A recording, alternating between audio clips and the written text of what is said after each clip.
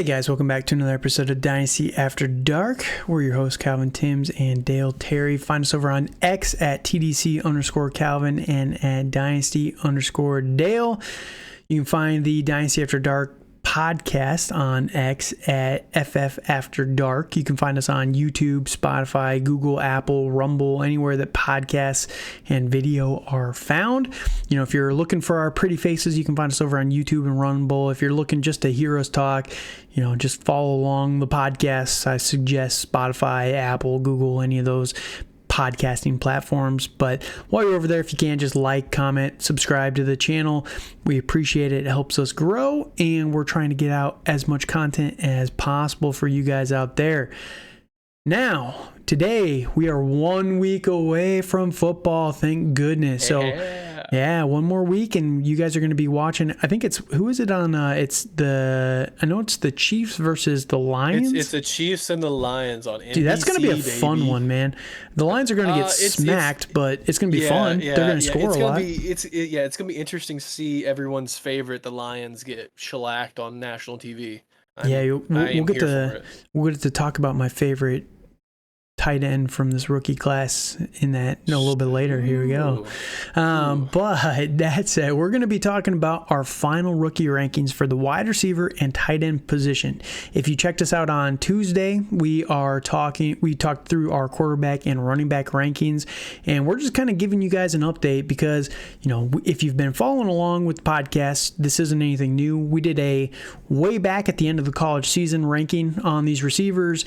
Then we updated it post-combine. Then we updated it post-draft, and then, you know, finally this is going to be the final ranking because a lot has changed between the draft and now. Some guys have made themselves known and kind of stood out in training camp. Some guys have disappointed, and, you know, we thought it'd be best to adjust our rankings one final time. These are the rankings that we're going to carry over and talk about next year and kind of compare and see how we were able to do when we're comparing this in the future, you know, looking and trying to improve going forward. So that said, Dale, how we doing today? Hey, I'm doing great. I'm pretty excited to talk about these wide receivers. You know, I'm really excited to see a lot of them actually play meaningful snaps. Yeah. You know, there's some guys on our list that we may not see for a little bit, but are still ranked pretty high. And right. So, you know, I'm just excited for real football. I can't wait. Yep. It's one more week, guys. One more. We get 1 more week. 7 more sleeps, as they say. All 100%. Right. So we're gonna go through this in tiered format. So, you know, if you've been following along, we like to do everything in tiers because essentially all these guys were okay with getting any of them.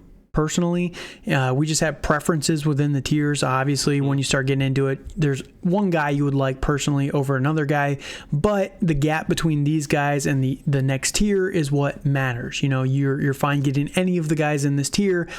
Above, you know, there's a few players in between these guys and the next couple of guys. So I do think that doing it in a tiered format is important just because, you know, binary rankings are not the best way to do this, right? So just tier drafting is the best way and the best advice that we can give you guys going forward. And I actually have a rookie draft going on, and this has been extremely helpful for me knowing where to kind of target in my trade backs and trade ups and everything, you know, where my guys are that I'm willing to, you know, potentially risk going down a couple picks just to make sure I still get one of those guys. So that said, let's jump into the wide receiver position, and nothing has changed post-draft with this top tier. JSN, number 1. You know, I was flip-flopping between him and Quinten Johnston, my number 2, all off-season. If you've been following along, I was kind of putting Quinten Johnston, but I think it's been a couple weeks now that I had JSN back at number 1. I just think that the guy is going to be so special. And then he balled out in a couple of preseason games, showed a lot of his potential as well. Quinten Johnston has been just fine for the preseason, but I think JSN is going to be that dude, to be honest with you. Ohio State does it again. But Quinten Johnston right behind him at number 2. I do think Quinten Johnston is going to be special in this league. And then number 3 is still Jordan Addison with the Minnesota Vikings. And Jordan Addison, he had that rocky start to training camp, the speeding thing, but other than that, he's just shown up. He's been impressive in camp. He's kind of done well on the preseason games and has had no complaints other than that. So, a lot of people were freaking out, oh, he's going to be the next Henry Ruggs, but he's really kind of put his head down and kept it, locked up and tight ever since that. So, keep him up here in this top tier. Do you have any difference in this tier? I have the same exact tier, but a little bit different order. I have Jaxon number 1, of course. I think I would honestly have him in a tier above himself, or it's with himself. Mm-hmm. But I'm a little bit concerned about the injury. It's with his wrist, which I think is gonna be fine. But he'll be fine. And with him being the wide receiver 3, that does put him down a little bit. But right. But then after that, I have Jordan Addison, which I think I think he's going to be really special there in Minnesota. He might start really a little bit hotter too, right? Yes. Come out the gates 100%. A little bit hotter than Quinten Johnston. I do think 100%. Quinten Johnston has a higher ceiling long term, but that's fair. It's all personal preference here. That's why, again, tiers. That's why, very, very slight difference between these two guys. Now, there is a tier break here for me. I'm guessing there is for you as well. Zay Flowers and Marvin Mims. I've kind of flip-flopped these guys. At the end of the draft, I had Marvin Mims ahead of Zay Flowers, but Zay Flowers has done very well. He's very explosive, very shifty. Marvin Mims has been very good in the preseason as well. That's why he's right behind Zay Flowers, but I do like Zay Flowers quite a bit. I think that he's going to be a very good player. These are the only two guys in my tier 2. How's your tier 2 looking? Yeah, I have the same 2 in tier 2. I have Flowers and Mims. I almost want to edge Flowers up a little bit, but he's like a 1A, 2 or 1B, 2A kind of like is almost in his tier of his own. He's almost in that tier 1, but not quite. Right. I'm really excited about him. I think he's going to be the guy in Baltimore, in my opinion. Right. I really do. Yeah, I'm possible. Bullish on that. And for Marvin Mims has balled out, and with the Jerry Jeudy injury, that's huge. And Tim Patrick injury, I think he's going to supplant himself as a top 3 for sure. Guy. Yes, 100%. All right, now tier break here between these guys and the next tier. Tier 3 for me is going to be 3 guys, and this is the biggest change of a tier that I had personally. I had post-draft, Jonathan Mingo, Josh Downs, Cedric Tillman. My final tier 3 is actually going to be 3 guys: Rashee Rice, big mover for Rashee Rice, Cedric Tillman, and then Michael Wilson is another big mover. Both of those guys, I had Rashee Rice as my number 11 in tier 4 before. Michael Wilson was my number 13. So those guys jumping up to 6 and 8, respectively, was a big move from those guys. But Rashee Rice, he is getting snaps and targets out the wazoo so far in preseason. He's been balling out in camp. Like, all the reports about Rashee Rice have been very, very hot and very good. So you love to see that. Cedric Tillman was very good with his limited work with Deshaun Watson. You really showed that he can be the guy that replaces Amari Cooper long term. And then Michael Wilson is he's playing the X role for the Arizona Cardinals. He is playing as the number 1. Now, his production might suck. Let's be honest here. Yeah, and the one risk with Michael Wilson is there's a lot of talk about Arizona tanking out this season and going and getting Caleb Williams and pairing him with Marvin Harrison Jr. next year. So I like that. And if that were to but on the split side, that would definitely impact someone like Michael Wilson, that he's not going to be able to stay the X if they go and get a Marvin Harrison, unfortunately. So I do like the opportunity for Michael Wilson, and I think that he can show enough. He was, a third-round pick? I think so. He was a day 2 pick, so they have decent draft capital invested in this guy, and, in reality, what they might do is move on from Hollywood Brown next year, to be honest, and kind of move with Michael Wilson and then Marvin Harrison that way. But, yeah, I think that both of these guys, they've made a very strong case for themselves, at least in year 1, and what we've seen through through the preseason. So how's your tier 3 looking? Yeah, in tier 3, I have Tillman, Rice. I like Rice, and I think I was ahead of the curve on Rice than you. Sure. But I think I'm not as bullish as you are right now. I think I'm a little worried about. I think I'm just worried about what he's going to be in that offense. I think I need to see it. And last year we thought it was going to be Juju, and it kind of was, but really wasn't. It really wasn't. Right. So, right. I don't know what it's going to be, and I think I'm really worried about how he played in college.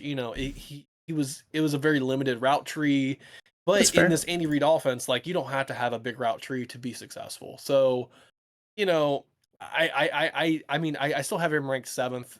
It's mainly because he is playing with Patrick Mahomes. Yeah, is the biggest thing. Right. So, after Rice, I do have Jonathan Mingo. I think he can be really interesting, and I think he's going to be more of a little bit more of a long-term play. I don't really expect this Carolina offense to really be humming, in year one with Bryce Young and with their head coach that I can't remember his name right off the top of my head. Frank Reich. Yeah, Frank Reich. Thank you. So, I don't think that offense is going to go, year one, but in year two, it really could with Mingo, him actually playing in an actual offense. And then after that, I have Michael Wilson and then Jalen Hyatt. So, I don't like Jalen Hyatt, but I think he could be really interesting, and I feel he's right at the end of this tier, in my opinion. I kind of wanted to put him tier 4, but I feel that's a little disrespectful to me. That's fair, and I do have him a little bit lower than you. But I have so I only had those 3 guys in my tier 3. I have a little bit of a tier gap between them and the next 2 guys, Jonathan Mingo and Josh Downs. So I think that Jonathan Mingo only had the 1 catch with Carolina in the preseason, which is not great. DJ Chark's struggling through injury like normal, unfortunately. Adam Thielen is old and potentially going to be busted pretty early on. And still, Jonathan Mingo has not shown a lot to kind of splash and break out with this offense, which is a little concerning. I know he's got the draft capital, but you were hoping to see a little bit more from him by now. Josh Downs, my biggest thing is I just don't trust any of the receivers for Indianapolis. And agreed.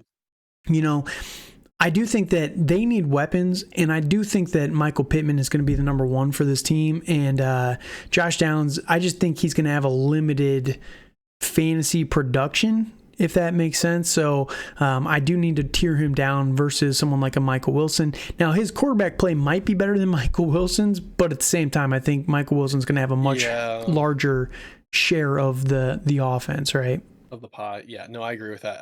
Actually, for Josh Downs, I have him at 13. Okay. I'm kind of off Josh Downs. It's mainly because of Anthony Richardson. If he didn't have Anthony Richardson throwing him the ball and throwing him balls way over his head, which I can see a lot of this year, I would feel better about Josh Downs. But and then in my tier 4, I have Jaden Reed. I really like Tank Dell. I think he could be really sneaky and a really good slot receiver. And then I have Downs, and then I have Puka Nacua at the end of this tier, only because there's hardly anybody to throw the ball to in Los Angeles, and I think he could be really sneaky. Yeah, he's someone that's a little bit lower for me. My last tier is going to be Jalen Hyatt with the Giants, who you mentioned a little bit. And then the guy that I actually have here at the end of my tier 5, top 12, is going to be A.T. Perry. He is someone that has just balled out this preseason.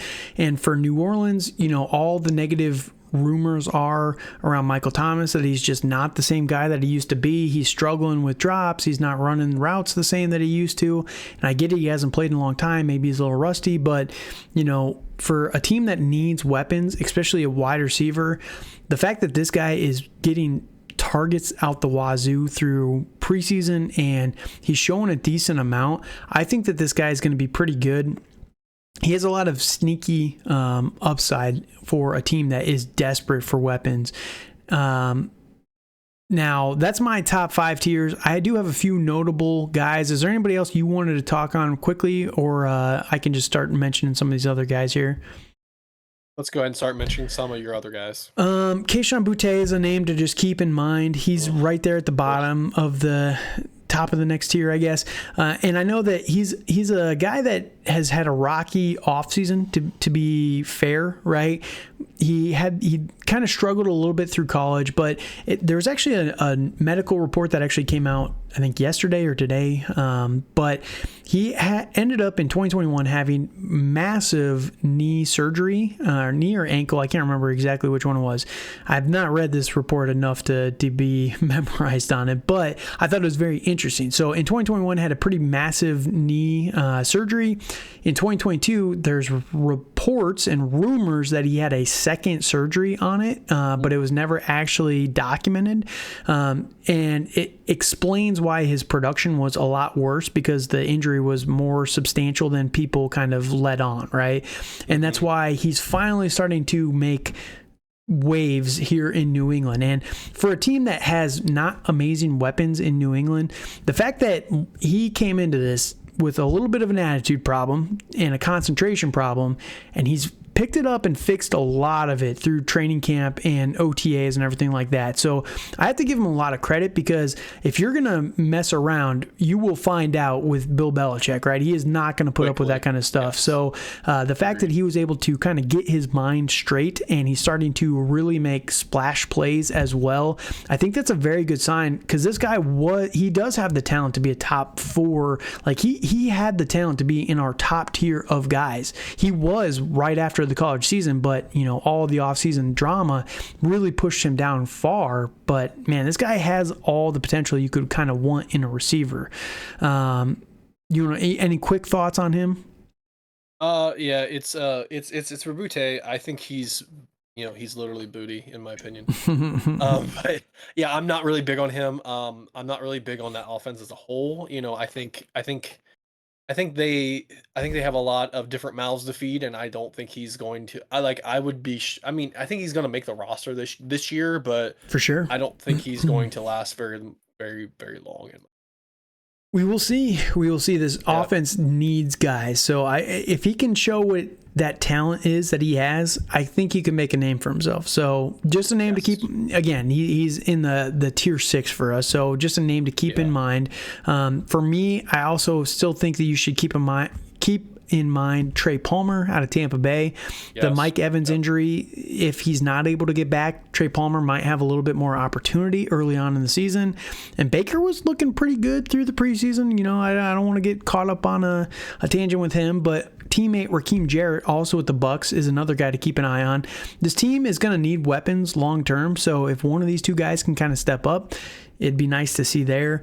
Andre Isavas with Cincinnati, he's kind of made a couple of splash plays in preseason. He had a little bit of camp hype, and he was kind of that combine monster, if you remember. So just a name to keep in mind there.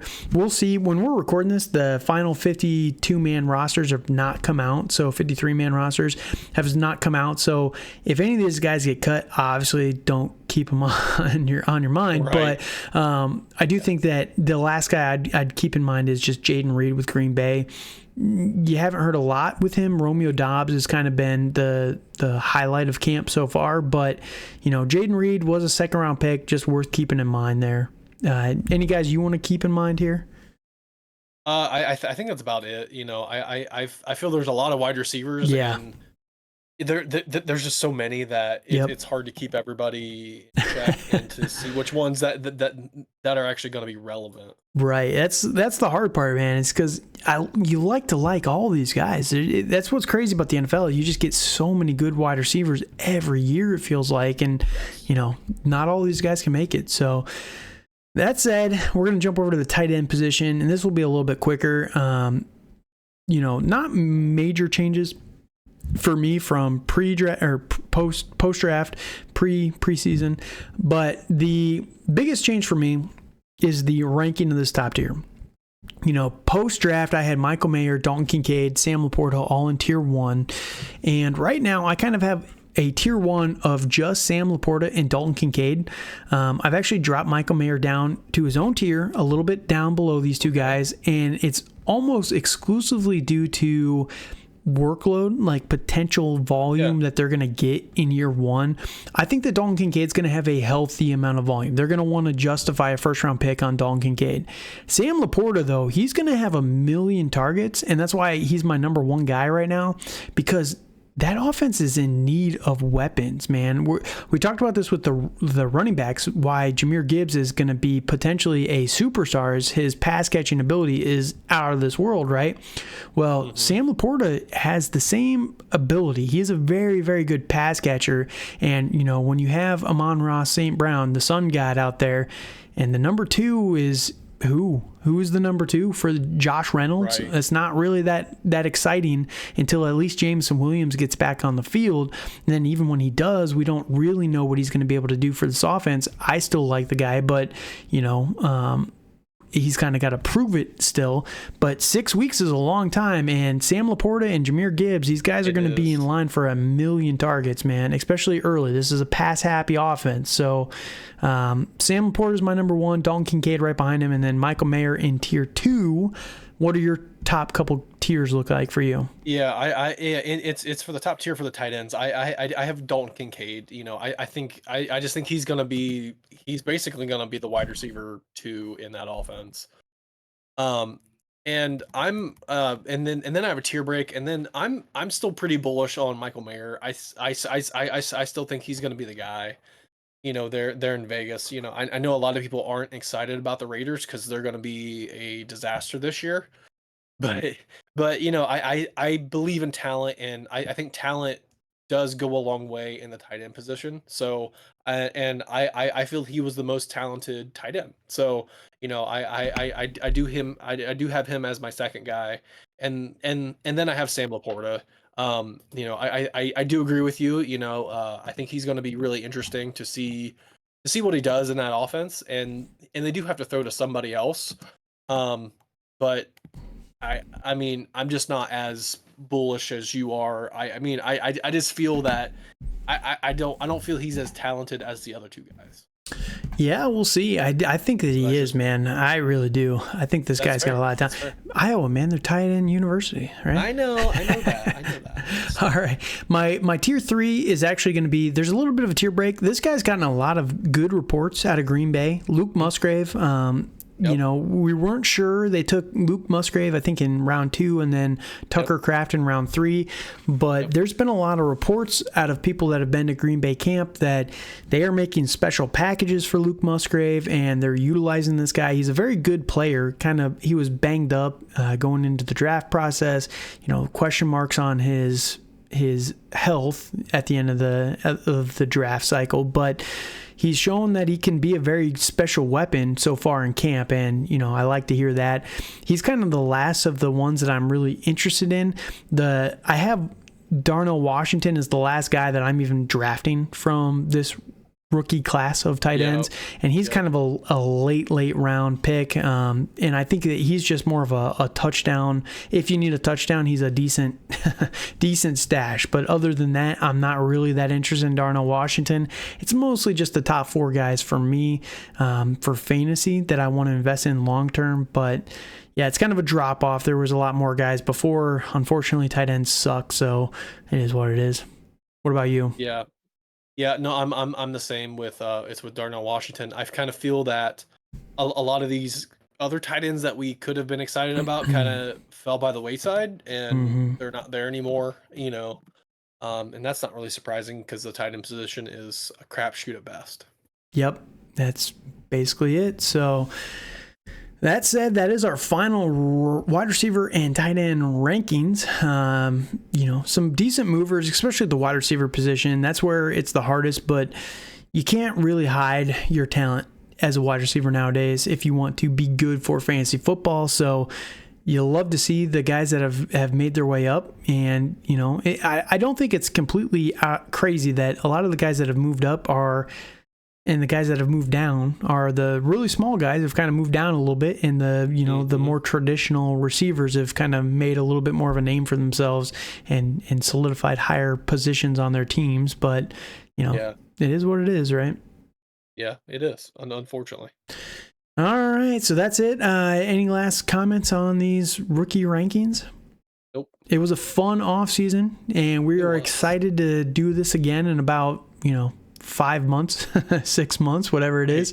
Right. But make sure, if this is the last time you listen to us for Dynasty purposes, we're not going to be covering too much Dynasty content going forward. For the most part, it's going to be more Dynasty through a redraft lens, right, going forward. But we're going to be doing the exact same thing as we did this last offseason next year. Hopefully you guys are enjoying the podcast. You like what the content that we were able to provide to you. We're going to be changing things up, add more graphics, all that stuff. We're trying to get better constantly. So, at the end of this off season, we appreciate you guys that have all kind of stuck with us along this ride, and hopefully we're going to be able to maintain your guys' subscriptions throughout the league year and earn a few more as we go on. So that said, if you're still listening, we appreciate you guys. If you can, just one final time, subscribe to the channel, leave a like, leave a comment, anything to help us out there. And until next time, thank you guys so much for listening. Have a good night.